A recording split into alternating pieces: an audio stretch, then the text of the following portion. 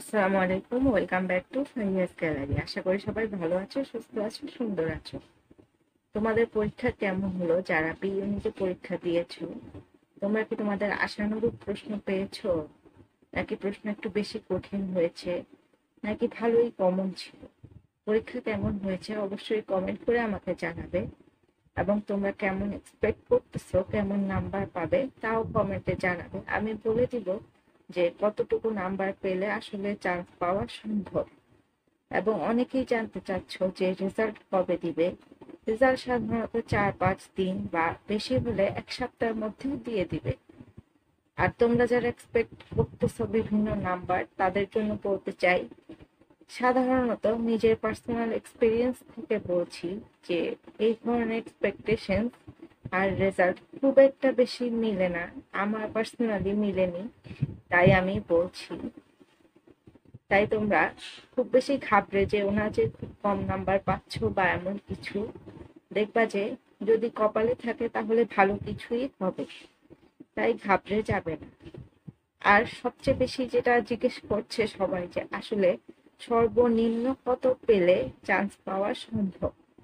এখানে প্রথমেই বলতে হবে যে 40 পেলে 100-তে তোমার পাস আসবে। 40-এর কম যদি পাও, আর তোমার যদি জিপিএ 20-এর মধ্যে বেশি থাকে, তাও কিন্তু তুমি চান্স পাবে না। মানে তুমি যদি এদিকে 30 পাও আর ওদিকে 20-50 পাও, তাও কিন্তু চান্স পাবে না। তোমাকে 100-র মধ্যে কমপক্ষে 40 পেতে হবে। 40 পাওয়ার পর তোমার যে জিপিএ নাম্বার থাকবে, সেটা ওই 40-এর সাথে যোগ হবে। যেহেতু মানবিক বিভাগ থেকে আবেদনের ন্যূনতম যোগ্যতা 6 পয়েন্ট, সিএইচএসসি মিলিয়ে 6 পয়েন্ট, তাই আমি ধরে নিলাম তোমরা যারা ভিডিওটি দেখছো তোমাদের এসএসসি এইচএসসি মিলিয়ে 6 পয়েন্ট আছে। এসএসসি তে 3 এবং এইচএসসি তে 3। ওই হিসাবে যদি হিসাব করি তাহলে তোমার জিপিএ পয়েন্ট থাকে 12। তাহলে তোমার আর ওখানে 100 নম্বরের মধ্যে 40 নম্বর, তাইলে মোট হয় 52 নম্বর। এখন তোমার সর্বনিম্ন 52 নম্বর মনে করলাম যে পেতে হবে। এখন কত নম্বর পেলে আসলে চান্স হবে? 52 নম্বরে কি চান্স হবে?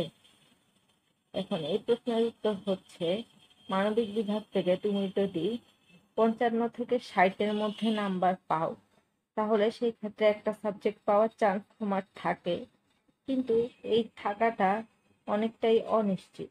সেই ক্ষেত্রে তুমি যদি 60 বা 65 নাম্বার পাও, সেই ক্ষেত্রে তুমি নিশ্চিত থাকতে পারো মোটামুটি যে তুমি একটি সাবজেক্ট পাবে। তবে যদি তুমি ইংলিশ, বাংলা অথবা পলিটিক্যাল সায়েন্সের মতো ভালো ভালো সাবজেক্টগুলো ইডেন, ঢাকা কলেজ অথবা তিতুমির কলেজের মতো টপ কলেজগুলোতে পড়তে চাও, সেই ক্ষেত্রে তোমার 85 থেকে 90 নম্বর থাকতে হবে 120-এর মধ্যে।